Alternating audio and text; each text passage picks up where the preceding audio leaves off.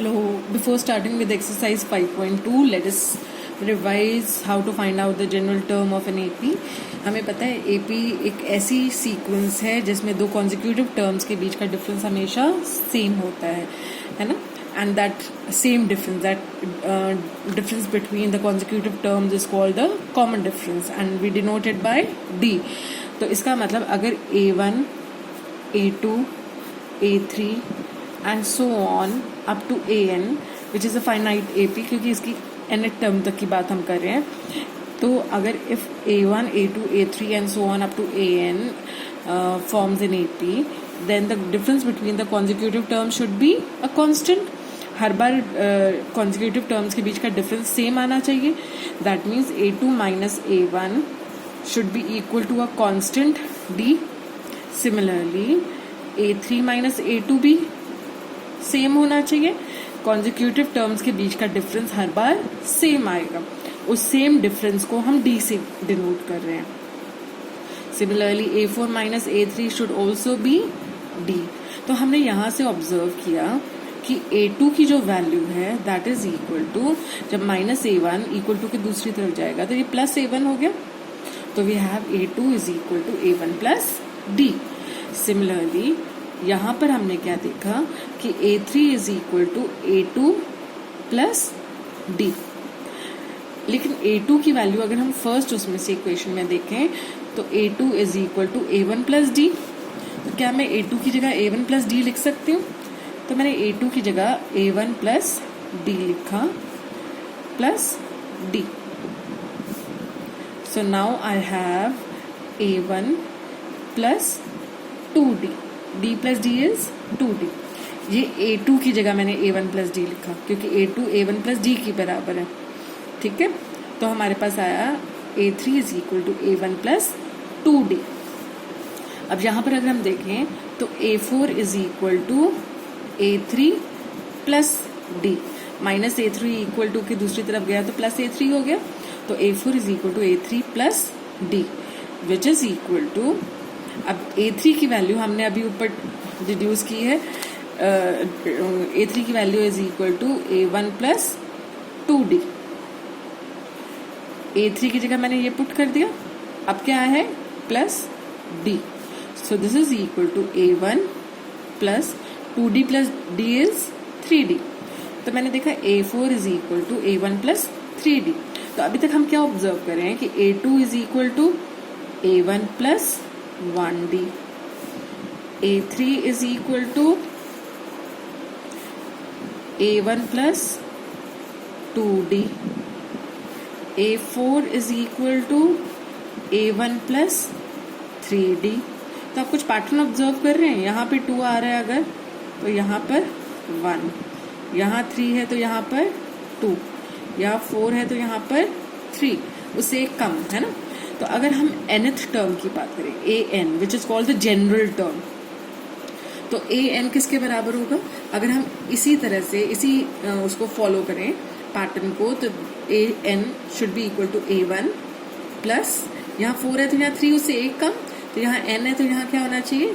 n minus 1D. So this term is called the general term of an AP. अब जो exercise हम करने वाले हैं 5.2 उसमें हम बेसिकली इसी फॉर्मूला का यूज करने वाले हैं. The formula that we use to calculate the nth term of an AP.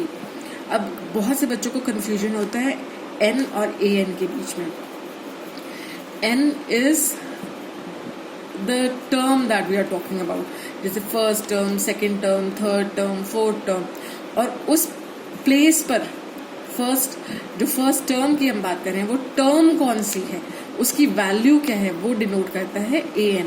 जैसे आपके पास प्लेस वैल्यू चार्ट अगर हम देखते हैं तो वंस प्लेस पे कहने को वो वंस प्लेस है ना, लेकिन उसके ऊपर आपके पास कोई भी नंबर हो सकता है फ्रॉम 0 to 9. तो इसी तरह से ये प्लेस तो nth होगा लेकिन उसके ऊपर जो वैल्यू होगी that value will be called an. ठीक है, I hope this is clear. तो n is the place value and an is the actually the face value.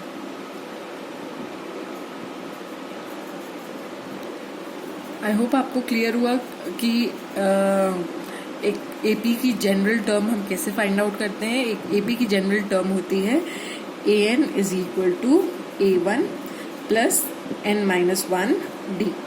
अब जो हमारा फर्स्ट क्वेश्चन है उसमें हमने बोला गया fill in the blanks in the following table given that a is the first term, d is the common difference and an is the nth term.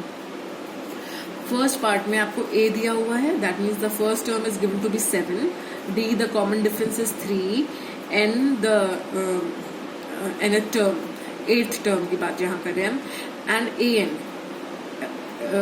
n is the place and an is the value of the number on that place, है ना.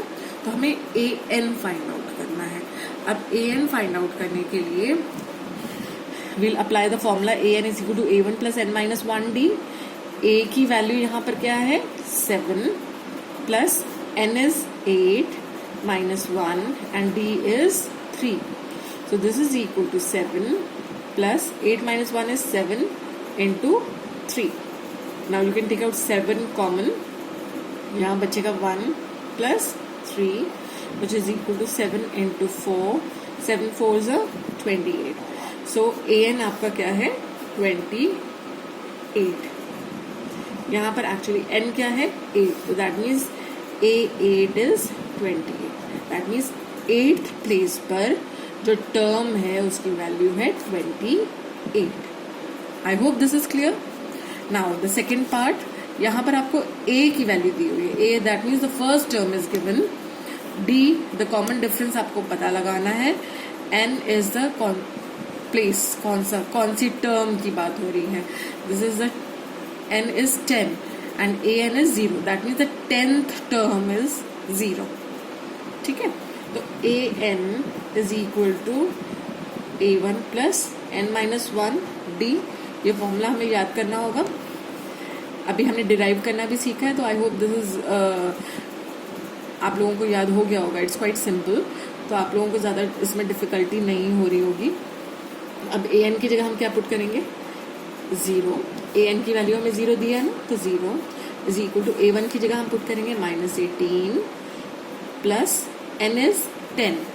So this is 10 minus 1 into d. d हमें पता नहीं है ना. So this is equal to 0 is equal to -18 plus 10 minus 1 is 9d. -18 को equal to किस तरफ लाते हैं तो 0 plus 18 हो जाएगा. This is equal to 9d.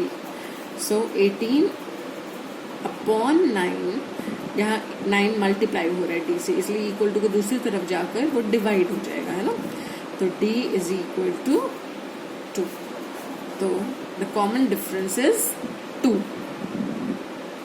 Now the third part में आपको फर्स्ट टर्म निकालनी है, a1 निकालना है. d is given -3, n is 18, an is -5. That means a18 is -5, है ना. तो a निकालना है आपको, फर्स्ट टर्म निकालनी है. तो हमें फॉर्मूला वही यूज करना है an वाला. an is equal to a1 plus n-1 d. an की वैल्यू है -5, an की वैल्यू है -5. a1 the first term that we have to find out, हम इसको ऐसे ही रहने देते हैं, प्लस n कितना है 18 -1, d की वैल्यू है -3. तो this is -5 is equal to a plus 17 into -3. ठीक है. This is -5 is equal to a -51. तो -5 plus 51 is equal to a. -51 जब इक्वल टू की दूसरी तरफ आएगा तो +51 हो जाएगा. सो दैट मीन्स a की वैल्यू कितनी आई 46.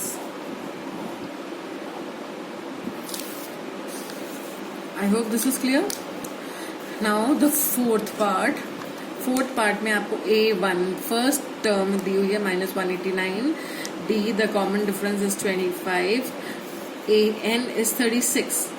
आपको ये पता लगाना है कि कौन सी टर्म 36 होगी, है ना.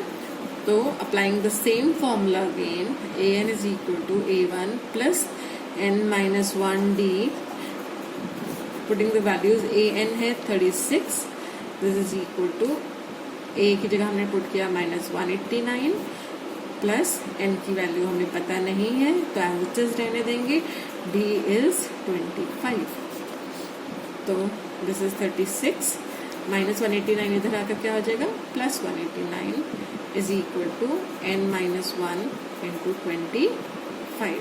Now let us add these two.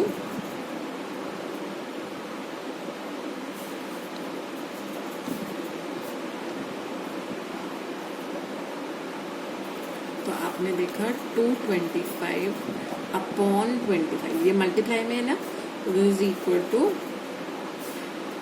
Divide में आ जाएगा यहाँ आकर, 225 upon 25 is 9. So 9 is equal to n-1. -1 when it comes to the other side becomes +1. So you have n is equal to 9 plus 1. That means n is equal to 10.